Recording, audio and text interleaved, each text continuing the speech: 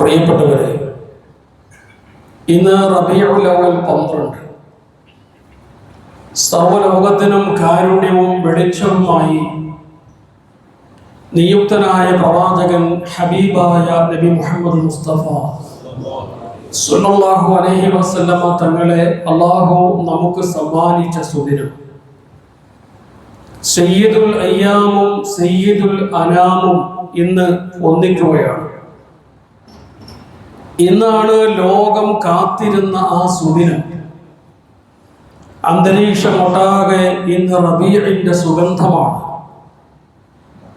പ്രവാചകന് മുമ്പ് കടന്നുപോയ നബിമാരൊക്കെയും സുവിശേഷമറിയിച്ച ഒരു പുലരിയാകുന്നു ഇന്ന്. മഹാനായ ഈസാ നബി അലൈഹിസ്സലാത്തു വസ്സലാമിന്റെ വചനം, അഥവാ ശ്രീ യേശുവിന്റെ വചനം യോഹന്നാന്റെ സുവിശേഷത്തിൽ നമുക്ക് കാണാം. തൻ്റെ ഏറ്റവും അടുത്ത അനുയായികളോട് അദ്ദേഹം പറയുകയാണ്, നിങ്ങൾക്കിടയിലുള്ള എൻ്റെ പ്രവർത്തനം അവസാനിക്കാൻ പോവുകയാണ്. പക്ഷേ പ്രവാചക ദൗത്യം തുടർന്നു കൊണ്ടുപോകുവാൻ ദൈവം അല്പകാലത്തിനു ശേഷം മറ്റൊരാളെ നിയമിക്കും. സത്യത്തിൻ്റെ ആത്മാവ് നിങ്ങളിലേക്ക് കടന്നു വരുമ്പോൾ അവൻ നിങ്ങളെ സകല നന്മകളിലേക്കും വഴി നടത്തും. അവൻ സ്വയമായി സംസാരിക്കുന്നയാളല്ല. ദൈവത്തിങ്കൽ നിന്നും ദിവ്യ സന്ദേശം ലഭിക്കുക വഴി നിങ്ങൾക്ക് മുന്നറിയിപ്പ് നൽകുന്നയാളും ഭാവിയിൽ നടക്കാൻ പോകുന്ന കാര്യങ്ങൾ പ്രവചിക്കുന്ന ഒരു പ്രവാചകനുമാകുന്നു അദ്ദേഹം. യോഹന്നാൻ സുവിശേഷം 13-14. നമുക്ക് പരിശുദ്ധ ഖുർആനിന്റെ ഇതിന് സമാനമായ വചനങ്ങളിലേക്ക് പോകാം. ഖുർആൻ പറയുന്നു, إذ قال عيسى ابن مريم يا بني إسرائيل إني رسول الله إليكم مصدقا لما بين يدي من التوراة ومبشرا برسول يأتي من بعد اسمه أحمد فلما جاءهم بالبينات قالوا هذا سحر مبين. ഖുർആൻ പറയുന്നു, ഇത് ഖാല ഈസ ഇബ്നു മറിയം, മറിയമിന്റെ പുത്രൻ ഈസ തന്റെ ജനതയോട് പറഞ്ഞ സന്ദർഭം. യാ ബനി ഇസ്രായീൽ, ഓ ഇസ്രായേൽ സന്തതികളെ, ഇന്നി റസൂലുള്ളാഹി ഇലൈക്കും, ഞാൻ നിങ്ങളിലേക്ക് നിയുക്തനായ റസൂലാകുന്നു, പ്രവാചകനാകുന്നു. മുസദ്ദിഖൻ ലിമാ ബൈന യദയ്യ മിനത് തൗറാത്തി, എനിക്ക് മുമ്പ് കടന്നുപോയ തൗറാത്ത് എന്ന വേദഗ്രന്ഥം സത്യമാണെന്ന് ഞാൻ പ്രഖ്യാപിക്കുന്നു. വമുബശ്ശിറൻ ബിറസൂലി യഅതി മിൻ ബഅദി, എനിക്ക് ശേഷം ഒരു പ്രവാചകൻ നിങ്ങളെ വഴി നടത്താൻ വരുമെന്ന് ഞാൻ സുവിശേഷം അറിയിക്കുന്നു. ഇസ്മുഹു അഹ്മദ്, ആ മഹാവ്യക്തിത്വത്തിന്റെ പേര് അഹ്മദ് എന്നാകുന്നു.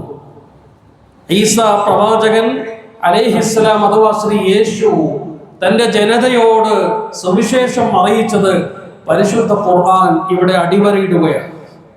എന്നിട്ട് അല്ലാഹു പറയുന്നു, ഫലമ്മാ ജാഅഹും ബിൽ ബയ്യിനാത്ത്, വളരെ വ്യക്തമായ ദൃഷ്ടാന്തങ്ങളുമായി യേശു പ്രവാചകൻ അവർക്ക് സുവിശേഷം അറിയിക്കപ്പെട്ട ആ വ്യക്തി കടന്നു വന്നപ്പോൾ ഖാലു ഹാദാ സിഹ്റുൻ മുബീൻ, ഇത് വ്യക്തമായ ഒരു മാരണമാകുന്നു എന്നവർ പറയുകയും ചെയ്തു. മഹാനായ പ്രവാചകന്റെ ജന്മത്തെക്കുറിച്ച്, ജന്മത്തിന്റെ കാരണത്തെ പറ്റി അല്ലാഹുവിന്റെ റസൂൽ 3 കാര്യങ്ങൾ പറയുന്നുണ്ട്. അതിൽപ്പെട്ട ഒന്നാണ് എൻ്റെ വരവിനെ പറ്റി ഈസാ പ്രവാചകൻ മുൻ സമൂഹത്തിന് നൽകിയ ഒരു സുവിശേഷം. അതാണ് ഇപ്പോൾ നമ്മൾ കേട്ടത്, ബൈബിളിന്റെ വചനവും ഖുർആനിന്റെ വചനവും. രണ്ടാമത്തെ കാരണം അഷ്റഫുൽ ഖൽഖ് പറഞ്ഞു, ദഅവത്തു അബി ഇബ്രാഹിം, എൻ്റെ ആദർശ പിതാവായ ഇബ്രാഹിം ഖലീൽ അലൈഹിസ്സലാത്തു വസ്സലാമിന്റെ പ്രാർത്ഥനാ ഫലമാണ് എൻ്റെ ജന്മം. ഇബ്രാഹിം നബി അലൈഹിസ്സലാത്തു വസ്സലാം പരിശുദ്ധമായ കഅബ ഷരീഫിന്റെ നിർമ്മാണത്തിന് ശേഷം ഇബ്രാഹിമും തന്റെ പുത്രൻ ഇസ്മായിൽ നബിയും കഅബ ഷരീഫിന്റെ ചാരത്ത് നിന്ന് നടത്തിയ ദുആകൾ പരിശുദ്ധ ഖുർആൻ പറയുന്നുണ്ട്. ഖുർആൻ പറയുന്നു, വഇദ് യർഫഉ ഇബ്രാഹിമുൽ ഖവാഇദ മിനൽ ബൈത്തി വഇസ്മാഈൽ. പരിശുദ്ധമായ കഅബ ഷരീഫിന്റെ നിർമ്മാണം പൂർത്തിയായപ്പോൾ ഇബ്രാഹിമും ഇസ്മായിലും അല്ലാഹുവിനോട് ദുആ ചെയ്തു. എന്തായിരുന്നു അവരുടെ ദുആ? റബ്ബനാ തഖബ്ബൽ മിന്നാ ഇന്നക അൻതസ് സമീഉൽ അലീം. പടച്ചവനെ, നീ സർവ്വതും അറിയുന്നവൻ, നീ എല്ലാം കേൾക്കുന്നവൻ, ഞങ്ങളുടെ ഈ ഉദ്യമം, ഈ ചെയ്ത സൽക്കർമ്മം നീ സ്വീകരിച്ചാലും. ലോകത്താദ്യമായി പടച്ചവന് ഇബാദത്ത് ചെയ്യാൻ പണി കഴിക്കപ്പെട്ട ഭവനം പരിശുദ്ധമായ കഅബാലയത്തിന്റെ നിർമ്മാണം അത് പൂർത്തിയായപ്പോൾ അതിന്റെ ചാരത്ത് നിന്ന് ഇബ്രാഹിമും തന്റെ പുത്രൻ ഇസ്മായിലും ചെയ്ത ദുആയാണ് ഖുർആൻ ഇവിടെ പറയുന്നത്. രണ്ടാമത്തെ ദുആ ഇബ്രാഹിം അലൈഹിസ്സലാം പറഞ്ഞു, റബ്ബനാ വജ്അൽനാ മുസ്ലിമൈനി ലക്. പടച്ചവനെ, ഞങ്ങളെ രണ്ടുപേരെയും നീ അനുസരണയുള്ളവരുടെ ഗണത്തിൽ ചേർക്കണമേ. ഞങ്ങളെ മാത്രം പോരാ, അല്ലാഹുവേ, ഉമ്മത്തം വമിൻ ദുർരിയത്തിനാ ഉമ്മത്തം മുസ്ലിമത്തൻ ലക്. ഞങ്ങളുടെ സന്താന പരമ്പരകളിലും നിന്നെ അനുസരിക്കുന്ന ഒരു സമൂഹത്തെ നീ ഉണ്ടാക്കണമേ. വഅരിനാ മനാസികനാ വതുബ് അലൈനാ ഇന്നക അൻതത് തവ്വാബുർ റഹീം. പടച്ചവനെ, ഞങ്ങളുടെ തൗബ നീ സ്വീകരിച്ചാലും ഹജ്ജിന്റെ അമലുകൾ സത്യസന്ധമായി ഞങ്ങൾക്ക് നീ ബോധ്യപ്പെടുത്തി തന്നാലും കഅബയുടെ ചാരത്തിരുന്ന് ഇരുവരും ചെയ്ത രണ്ടാമത്തെ ദുആ. മൂന്നാമത്തേതാണ് നമ്മുടെ വിഷയം. ഇബ്രാഹിം അലൈഹിസ്സലാത്തു വസ്സലാം ദുആ ചെയ്തു, റബ്ബനാ വബഅസ് ഫീഹിം റസൂലൻ മിൻഹും യത്ലൂ അലൈഹിം ആയാതിക്. പടച്ചവനെ, എൻ്റെ സന്താന പരമ്പരയിൽ നിന്ന് ഒരു പ്രവാചകനെ നീ യാത്രയാക്കണമേ, ഒരു റസൂലിനെ നീ യാത്രയാക്കണമേ. യത്ലൂ അലൈഹിം ആയാതിക. നിന്റെ ആയത്തുകൾ സമൂഹത്തിന് വിവരിച്ചു കൊടുക്കുന്ന, ഓതിക്കൊടുക്കുന്ന പ്രവാചകൻ. വയുഅല്ലിമുഹുൽ കിതാബ വൽ ഹിക്മ. കിതാബും ഹിക്മത്തും സമൂഹത്തെ പഠിപ്പിക്കുന്ന പ്രവാചകൻ. വയുസക്കീഹിം. സമൂഹത്തെ സ്ഫുടം ചെയ്തെടുക്കുന്ന, തസ്കിയത്ത് ചെയ്യുന്ന ഒരു പ്രവാചകനെ എൻ്റെ കുടുംബത്തിൽ തന്നെ നീ ജനിപ്പിക്കുമോ എന്നായിരുന്നു മൂന്നാമത്തെ ചോദ്യം. അല്ലാഹുവിന്റെ റസൂൽ പറയുകയാണ്, എൻ്റെ ആദർശ പിതാവായ ഇബ്രാഹിം ഖലീലിന്റെ ഈ പ്രാർത്ഥനാ ഫലമാണ് എൻ്റെ ജന്മം. അതാണ് രണ്ടാമത്തെ കാരണം. മൂന്നാമത്തേത് അവിടുന്ന് പറഞ്ഞു, വറുഇയ ഉമ്മി അല്ലത്തി റഅത്. എൻ്റെ പ്രിയപ്പെട്ട ഉമ്മ കണ്ട സ്വപ്നത്തിന്റെ സാക്ഷാത്കാരവുമാണ് എൻ്റെ ജന്മം. എന്താണ് പ്രവാചകന്റെ ഉമ്മ കണ്ടത്? ഇതുപോലുള്ള സ്വപ്നങ്ങൾ പ്രവാചകന്മാരുടെ ഉമ്മമാർ കാണാറുണ്ടായിരുന്നു. വകദാലിക ഉമ്മഹാത്തുൻ നബിയ്യീന യറൈൻ. അല്ലാഹുവിന്റെ റസൂൽ പറയുകയാണ്, എൻ്റെ ഉമ്മ മാത്രമല്ല, പ്രവാചകന്മാരുടെ ഉമ്മമാർ ഇതുപോലുള്ള സുവിശേഷ സ്വപ്നങ്ങൾ കാണാറുണ്ടായിരുന്നു. പ്രവാചകൻ പറയുകയാണ്, റഅത് ഉമ്മി ഹീന ഹമലത് ബി കഅന്ന നൂറൻ ഖറജ മിൻഹാ അളാഅത് ലഹു ഖുസൂർ ബുസ്റാ മിൻ അർദി ശാം. എൻ്റെ ഉമ്മ തൻ്റെ പ്രിയപ്പെട്ട ഭർത്താവിൻ്റെ വിയോഗവും ഗർഭത്തിന്റെ ആലസ്യവും പേറി പ്രയാസപ്പെട്ട് രാത്രിയാമങ്ങളിൽ കിടന്നുറങ്ങുമ്പോൾ എൻ്റെ പ്രിയപ്പെട്ട ഉമ്മ ഒരു സ്വപ്നം കാണാറുണ്ടായിരുന്നു. എൻ്റെ ഉദരത്തിൽ നിന്നും ഒരു ശോഭ, ഒരു പ്രകാശം അതിങ്ങനെ പൊട്ടി പുറപ്പെട്ട് പരന്ന് പരന്ന് ഓളങ്ങൾ അടിച്ചടിച്ച് ശാമിലെ കൊട്ടാരങ്ങളിൽ ചെന്ന് പതിച്ച് ആ പ്രദേശം മുഴുവനും, രാജ്യം മുഴുവനും പ്രകാശമാനമാകുന്ന കാഴ്ച എൻ്റെ ഉമ്മ കാണാറുണ്ടായിരുന്നു. എൻ്റെ ഉമ്മ കണ്ട മൂന്നാമത്തെ സ്വപ്നത്തിന്റെ സാക്ഷാത്കാരവുമാകുന്നു എൻ്റെ ജന്മം എന്ന് നബി മുഹമ്മദ് മുസ്തഫ സ്വല്ലല്ലാഹു. 3 കാരണങ്ങളാണ് അല്ലാഹുവിന്റെ റസൂൽ തന്റെ ജന്മത്തെ കുറിച്ച് പറഞ്ഞത്. എൻ്റെ പ്രിയപ്പെട്ടവരെ, ആ ഹബീബായ റസൂലുള്ളാഹി സ്വല്ലല്ലാഹു അലൈഹി വസല്ലമ തങ്ങളുടെ സമുദായമാണ് ഞാനും നിങ്ങളും. ഇതാണ് നമ്മുടെ ഏറ്റവും മഹത്തായ അഡ്രസ്.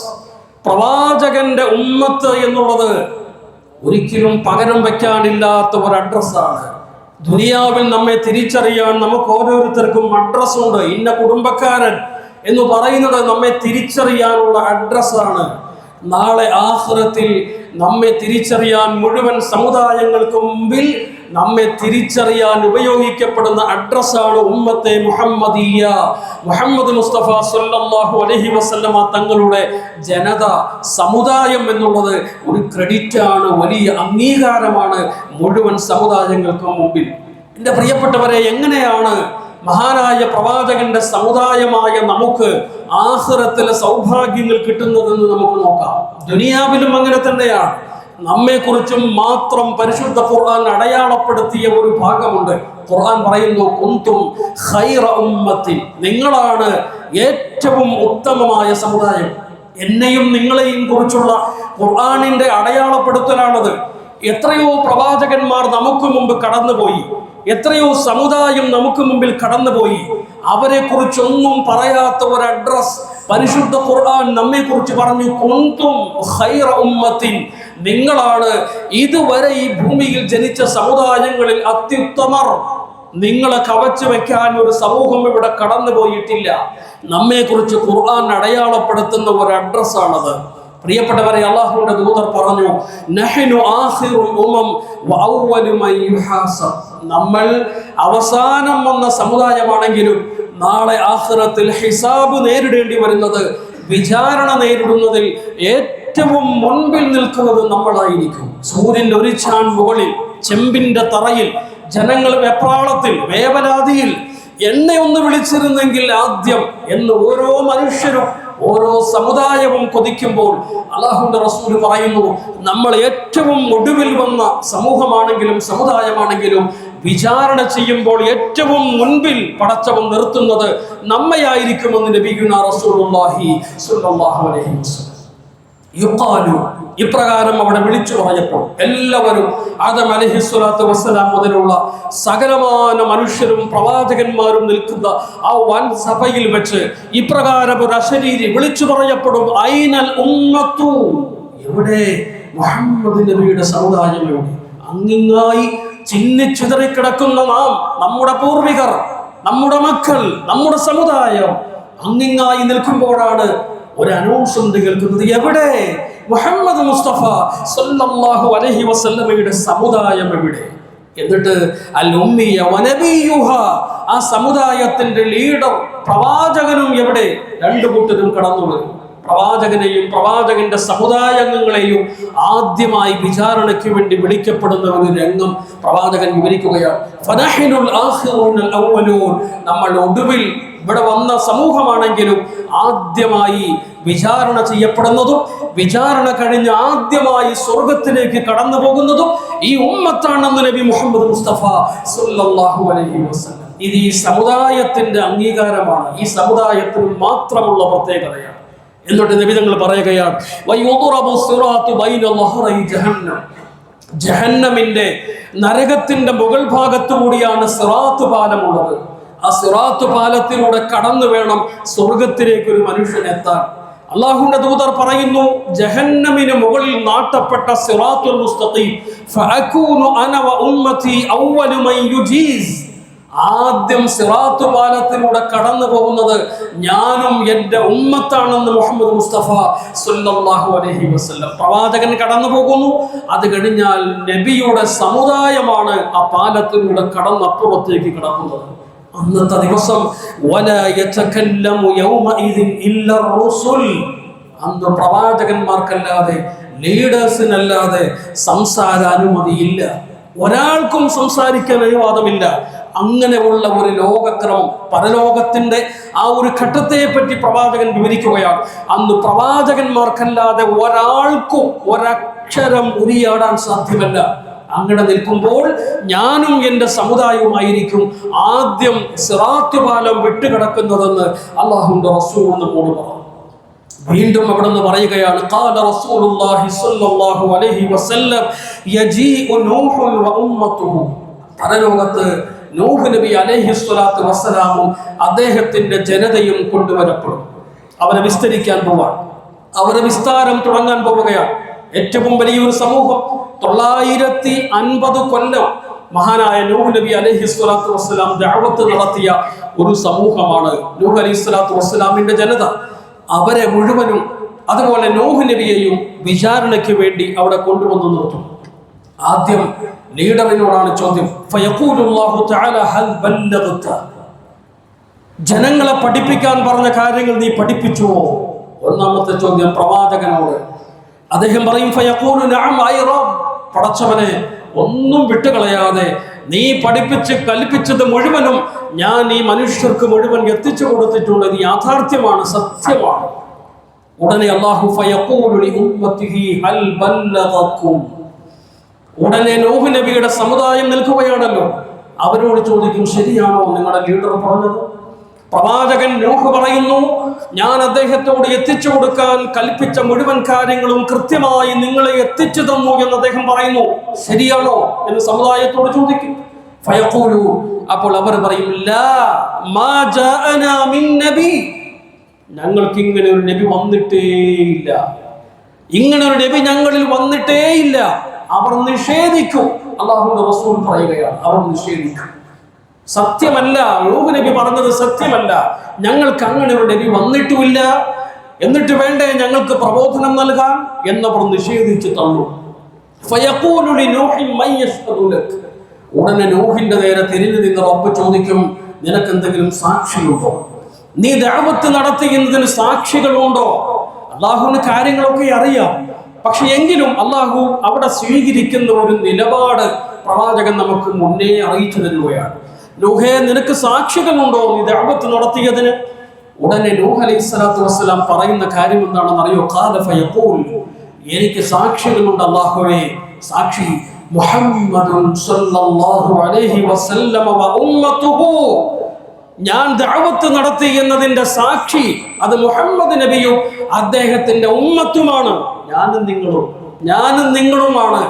നമ്മൾ ഹാജരാക്കാൻ വേണ്ടി പറയും. ഫനശ്ഹദു, അങ്ങനെ നമ്മൾ സാക്ഷി പറയും. അന്നഹു ഖദ് ബല്ലഗ, തീർച്ചയായും നൂഹ് എന്ന് പറയുന്ന ഒരു പ്രവാചകൻ വന്നിരുന്നു, 950 വർഷം ദഅവത്ത് നടത്തിയിരുന്നു.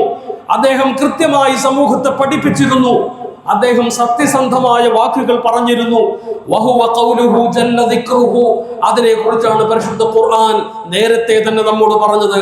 വകദാലിക ജഅൽനാകും ഉമ്മതൻ വസതൻ ലിതകൂനു ശുഹദാഅ അലന്നാസ്, നമ്മെ പറ്റി ഖുർആൻ പറഞ്ഞു വകദാലിക ജഅൽനാകും ഉമ്മതൻ വസതൻ, നിങ്ങളെ നാം ഒരു മധ്യ സമൂഹമാക്കിയിരിക്കുകയാണ്. എന്തിന്? ലിതകൂനു ശുഹദാഅ അലന്നാസ്, ജനങ്ങൾക്ക് സാക്ഷി പറയാൻ. ആഖിറത്തിൽ പ്രവാചകന്മാരെ പോലും അവരുടെ അനുയായികൾ തള്ളിപ്പറയുമ്പോൾ നിങ്ങളാണ് അവിടെ സാക്ഷി പറയാൻ വേണ്ടി പടച്ചവൻ കൊണ്ടുവരുന്നതെന്ന് മുഹമ്മദ് മുസ്തഫ സല്ലല്ലാഹു അലൈഹി വസല്ലം നമുക്കുള്ള ക്രെഡിറ്റ്, നമുക്കുള്ള അംഗീകാരമാണ്. നമ്മൾ എങ്ങനെ അത് അറിഞ്ഞു? നമ്മൾ അവസാന സമുദായമായിട്ടും ആദ്യകാലങ്ങളിൽ വന്ന നൂഹ് നബി ദഅവത്ത് നടത്തിയത് നമ്മൾ എങ്ങനെ അറിഞ്ഞു? പരിശുദ്ധ ഖുർആനിലൂടെ. ഖുർആനിന്റെ ഒരു അധ്യായത്തിന്റെ പേര് തന്നെ നൂഹ് എന്നാണ്. അതിൽ മുഴുവനും അദ്ദേഹത്തിന്റെ ചരിത്രം സവിസ്തരം പ്രതിപാദിക്കുന്നുണ്ട്. അത് പഠിച്ച മുഅ്മിൻ നാളെ ആഖിറത്തിൽ നൂഹ് നബിക്ക് അനുകൂലമായി സാക്ഷി നിൽക്കും. പ്രിയപ്പെട്ടവരെ, ഈ സമുദായത്തിനുള്ള അംഗീകാരമാണ്. അബ്ദുല്ലാഹി ബിൻ മസ്ഊദ് റളിയല്ലാഹു അൻഹു പറയുകയാണ്, കുന്നാ മഅൻ നബി സല്ലല്ലാഹു അലൈഹി വസല്ലം ഫീ ഖുബ്ബത്തിൻ, ഞങ്ങൾ ഒരിക്കൽ പ്രവാചകനോടൊപ്പം ഒരു കൂടാരത്തിൽ ഇരിക്കുകയായിരുന്നു. ഫഖാൽ, അപ്പോൾ അവിടുന്ന് ചോദിച്ചു, അതർലൗന അൻ തകൂനു റുബുഅ അഹ്ലിൽ ജന്ന, ഉടനെ സ്വർഗത്തിലുള്ള മുഴുവൻ ആളുകളെയും വെച്ച് നോക്കിയാൽ അതിന്റെ 4/1 നിങ്ങളാകുന്നതിനെ ഇഷ്ടപ്പെടുന്നുണ്ടോ? എങ്ങനെയുണ്ടാവും? സ്വർഗത്തിൽ മുഴുവൻ സമുദായങ്ങളെയും 4/1 വിഭാഗം ആളുകൾ നിങ്ങളായിരിക്കും, എന്റെ സമുദായമായിരിക്കും എന്ന് പറഞ്ഞാൽ നിങ്ങളെ സന്തോഷിപ്പിക്കുമോ? അവർ പറഞ്ഞു കുന്നാന, പിന്നെ സന്തോഷിക്കാതിരിക്കുമോ നബിയെ? ഫഖാൽ, അപ്പോൾ അല്ലാഹുവിന്റെ റസൂൽ ചോദിച്ചു, വതർലൗന അൻ തകൂനു സുലുസ അഹ്ലിൽ ജന്ന, എന്നാൽ സ്വർഗത്തിന്റെ 3/1 നിങ്ങളാണെന്ന് പറഞ്ഞാൽ നിങ്ങൾക്ക് സന്തോഷമുണ്ടാകുമോ? തീർച്ചയായും ഫഖുൽനാ നഅം, ഞങ്ങൾ സന്തോഷിക്കും നബിയെ. അപ്പോൾ അല്ലാഹുവിന്റെ റസൂൽ പറഞ്ഞു, വതർലൗന അൻ തകൂനു ശത്റ അഹ്ലിൽ ജന്ന, നിങ്ങൾ സ്വർഗത്തിന്റെ നേർപകുതിയോളം നിങ്ങളായിരിക്കുമെന്ന് പറഞ്ഞാൽ നിങ്ങളെ സന്തോഷിപ്പിക്കുമോ? ഖുൽനാ നഅം, അവർ പറഞ്ഞു അല്ലാഹുവിന്റെ റസൂലേ, ഞങ്ങൾക്ക് വലിയ സന്തോഷമാകും. ഖാൽ, അപ്പോൾ അവിടെ നിന്ന് പറഞ്ഞു, വല്ലദീ നഫ്സു മുഹമ്മദിൻ ബിയദിഹി, ഈ മുഹമ്മദിന്റെ ആത്മാവിനെ നിയന്ത്രിക്കുന്ന പടച്ചവനെ തന്നെ സത്യം, ഇന്നി ലഅർജു അൻ തകൂനു നിസ്ഫ അഹ്ലിൽ ജന്ന, സ്വർഗത്തിലുള്ള മുഴുവൻ സ്വർഗവാസികളുടെയും നേർപകുതി അംഗം നിങ്ങളായിരിക്കുമെന്നാണ് എൻ്റെ പ്രതീക്ഷ. നബിയുനാ റസൂലുള്ളാഹി സ്വല്ലല്ലാഹു അലൈഹി വസല്ലം. സ്വർഗത്തിൽ മുഴുവൻ സമുദായങ്ങളുടെയും അംഗങ്ങളുണ്ട്, സകല പ്രവാചകന്മാരുമുണ്ട്. സർവ്വ മനുഷ്യരുടെയും സ്വർഗാവകാശികളിൽ വെച്ച് അതിൻ്റെ നേർപകുതി ഈ ഉമ്മത്തിന്റെ അംഗങ്ങളായിരിക്കുമെന്ന് അല്ലാഹുവിന്റെ റസൂൽ നമുക്ക് നേരത്തെ തന്നെ സന്തോഷ വാർത്ത അറിയിച്ചു. വീണ്ടും അവിടെ നിന്ന് പറഞ്ഞു, തരീദു അലയ്യ ഉമ്മത്തി അൽ ഹൗദ്, എൻ്റെ സമുദായം ഹൗദുൽ കൗസറിൽ വെള്ളം തരണേ എന്ന് അഭ്യർത്ഥിച്ചുകൊണ്ട് എൻ്റെ അടുക്കിലേക്ക് വരും. ഞാൻ അവിടെ ഉണ്ടെന്നറിയാം. എൻ്റെ സമുദായത്തിന് നേരത്തെ തന്നെ പറഞ്ഞിട്ടുണ്ട്, പ്രവാചകൻ പറഞ്ഞല്ലോ. ആഖിറത്തിൽ വന്നാൽ സ്വഹാബികൾ ചോദിക്കുന്നുണ്ട്, ഞങ്ങൾ എവിടെയാണ് നബിയെ അങ്ങയെ തിരക്കേണ്ടത്, ഞങ്ങൾ എവിടെയാണ് അങ്ങയെ അന്വേഷിക്കേണ്ടത്? പ്രവാചകൻ പറഞ്ഞു, നിങ്ങൾ എന്നെ അന്വേഷിക്കേണ്ടത് ഹൗദുൽ കൗസർ തടാകത്തിന്റെ തീരത്ത് എന്നെ തിരക്കിയാൽ മതി. കോടിക്കണക്കിന് മനുഷ്യരും അവരുടെ പ്രവാചകന്മാരും നിൽക്കുമ്പോൾ ഞങ്ങൾക്ക് എങ്ങനെ അങ്ങയെ തിരിച്ചറിയാൻ പറ്റും? ഹൗദുൽ കൗസർ തടാകത്തിന്റെ തീരത്ത് ഞാൻ ഉണ്ടാവും. നിങ്ങൾക്ക് അവിടെ എന്നെ കാണാൻ കഴിഞ്ഞില്ലെങ്കിൽ ഞാൻ സിറാത്തുൽ മുസ്തഖീം എന്ന പാലത്തിന്റെ ഓരത്തുണ്ടാകും. നിങ്ങൾ കടന്നു വരുമ്പോൾ നിങ്ങൾക്ക് വേണ്ടി ദുആ ചെയ്യാൻ എൻ്റെ സമുദായമാണ്. സല്ലിം ഉമ്മത്തി, എൻ്റെ സമുദായത്തെ നീ വീഴ്ത്തിക്കളയല്ലേ എന്ന് നിങ്ങൾക്ക് വേണ്ടി ദുആ ചെയ്യാൻ സിറാത്ത് പാലത്തിന്റെ ഓരത്ത് ഞാൻ ഇരിപ്പുണ്ടാകും എന്ന് പ്രവാചകൻ അറിയിച്ചിട്ടുണ്ട്. അതുകൊണ്ട് ഈ സമുദായം നേരെ ഹൗദുൽ കൗസറിന്റെ തടാകത്തിന്റെ തീരത്തേക്ക് ചെല്ലും. പ്രവാചകൻ പറയുന്നു, ഈ സമയത്ത് ഞാൻ നിങ്ങളെയും കാത്തിരിക്കും.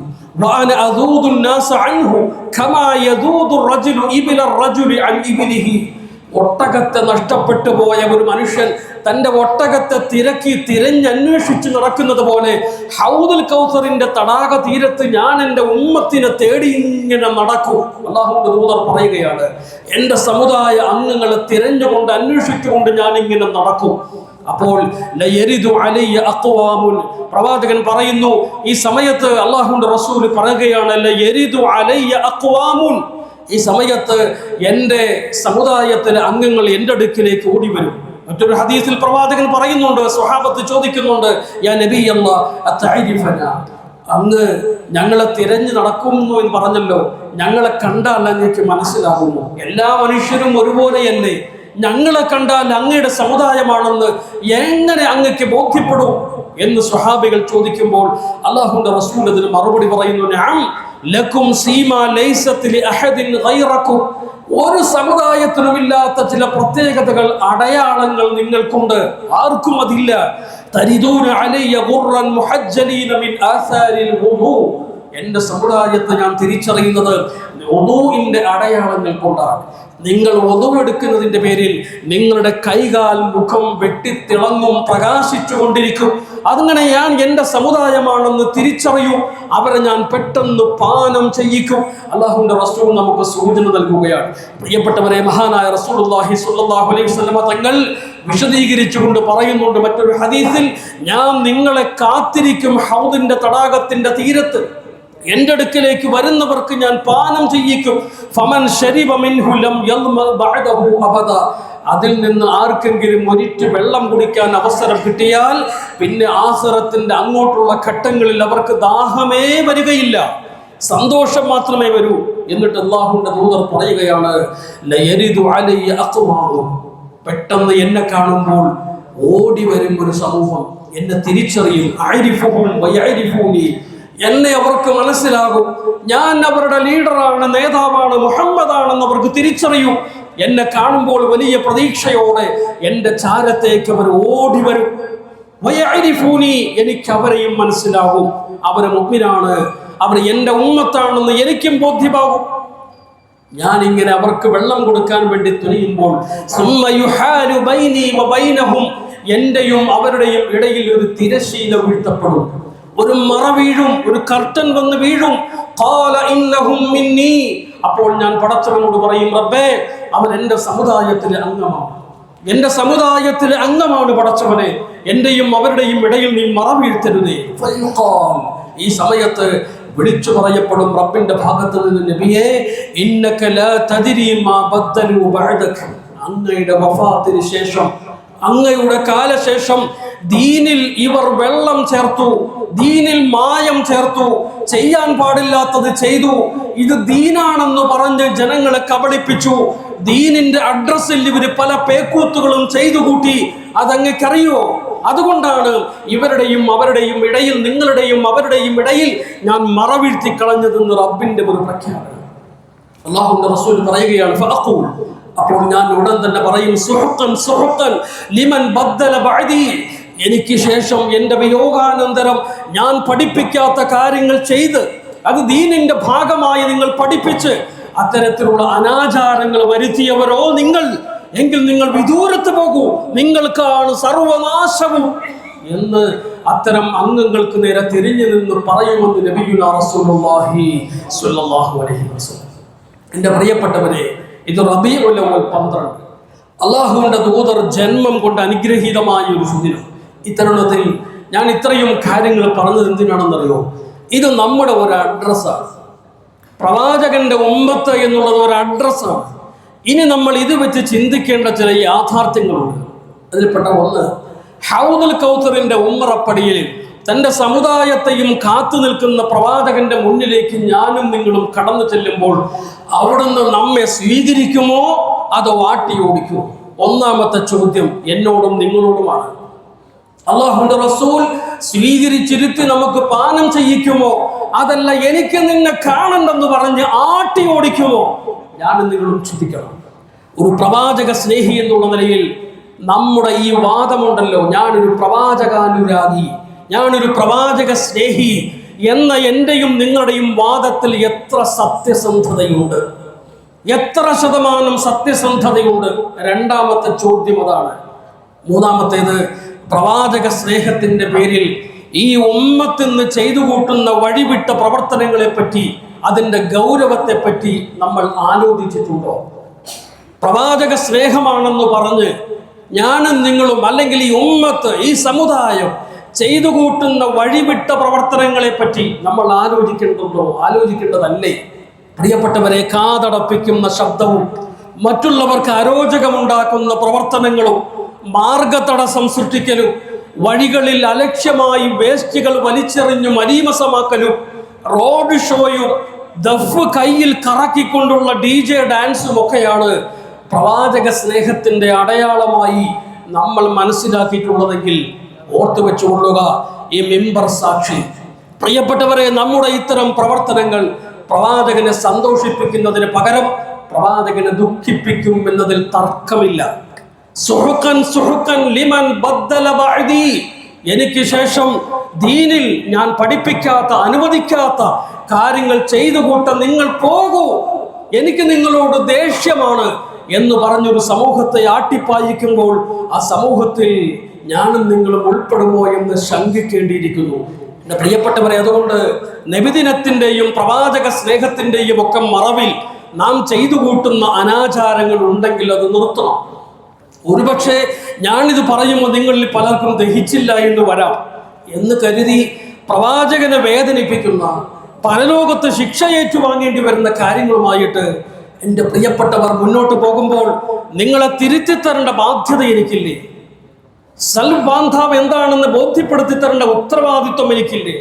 ഇല്ലെങ്കിൽ ഞാനെങ്ങനെ നിങ്ങളുടെ ഇമാമാവും? ഇമാമെന്ന് പറഞ്ഞാൽ നിങ്ങളുടെ മുമ്പിൽ കയറി നിസ്കരിക്കാൻ വേണ്ടി, ഇമാമത്ത് നിൽക്കാൻ വേണ്ടി മാത്രമാണോ? ഒരു ഭീമമായ തുക എനിക്ക് ശമ്പളം തന്നു, കുടുംബസമേതം ഇവിടെ താമസിക്കുവാനുള്ള സൗകര്യം നിങ്ങൾ ഏർപ്പെടുത്തി തന്നതും മുമ്പിൽ നിന്ന് ഇമാമത്ത് നിൽക്കാൻ വേണ്ടി മാത്രമാണോ നിങ്ങൾ വിചാരിക്കുന്നുണ്ടോ? എനിക്കങ്ങനെ ഒരു ധാരണയില്ല. പ്രിയപ്പെട്ടവർ, അതുകൊണ്ട് എൻ്റെ ഉത്തരവാദിത്വം നന്മകളുടെ വഴികളിലൂടെ നിങ്ങളെ വഴി നടത്താനും തിന്മകൾ കണ്ടാൽ അത് തിരുത്തിത്തരലുമാണ് എൻ്റെ ബാധ്യത. അതെൻ്റെ ഉത്തരവാദിത്വമാണ്. നിങ്ങൾക്ക് ഇഷ്ടപ്പെട്ടില്ലെങ്കിലും എനിക്കത് പറഞ്ഞല്ലേ പറ്റൂ.